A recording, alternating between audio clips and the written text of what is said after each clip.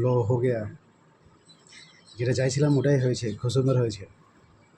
আপনারা হয়তো শুনেছেনই যে সিজেপি ককরোচ জনতা পার্টি ওর ফাউন্ডার অভিজিৎ দীপক তো যখন থেকে সুপ্রিম কোর্টের বিচারপতি মানে ভারতীয় যুবকদের বললো যে ককরোচ যারা অনেক চাকরি পায়নি বলে এরকম করছে, তখন থেকে আবার শুরু হয়ে গেছে আন্দোলন।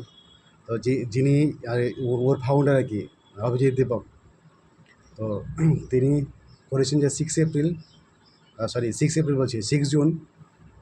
6 জুনে কী হবে, আমাদের যেটা নিটের কোশ্চেন ফার্স্ট হয়েছিল তো মানে ইন্ডিয়ার মধ্যে নিটের পেপার লিক হয়েছিল, মানে সেটার জন্য আবার পরবর্তী ক্ষেত্রে পরীক্ষা হবে বলেছে, কিন্তু সেটার প্রতিবাদে মানে সেটা দিল্লিতে যন্তর মন্তরে হবে, প্রোটেস্ট হবে।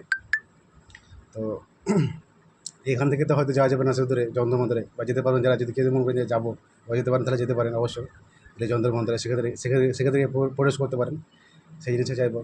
তো এই জিনিস ভালো হলো, যে জিনিসটা চাইছিলাম যে না এই একটা নিটের মানে এর জন্য প্রশ্নপত্রের জন্য যে একটা প্রোটেস্ট হোক, মানে ফাঁস হয়ে যাওয়ার জন্য এটা ভালোভাবে প্রোটেস্ট হোক, বা এটা এটার জন্য প্রতিবাদ হোক, সেই জিনিসটা কিন্তু শুরু হয়ে গেছে। আমি এর আগে একটা ভিডিও করেছিলাম যে কেউ কোনো ধরনের প্রতিবাদ করলো না বা ওই জিনিসটা করলো না, তো তখন কিন্তু সিজিপি তৈরি হয়নি যখন ভিডিওটা বানিয়েছিলাম। আর এখন ভিডিওটা বানাচ্ছি যে হ্যাঁ সিজিপি মানে তৈরি হয়েছে, কোনো একটা দল তৈরি হয়েছে, এবার সেটার বিরুদ্ধে গিয়ে মানে এবং সেটার বিরুদ্ধে গিয়ে করছে, মানে প্রোটেস্ট করছে।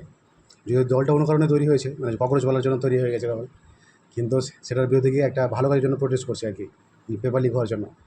তো ঠিক আছে, সবাই ভালো থাকবেন এবং আন্দোলনের সাথ দেবেন, আন্দোলনকে সাফল্যমণ্ডিত করবেন। ঠিক আছে, জয় হিন্দ।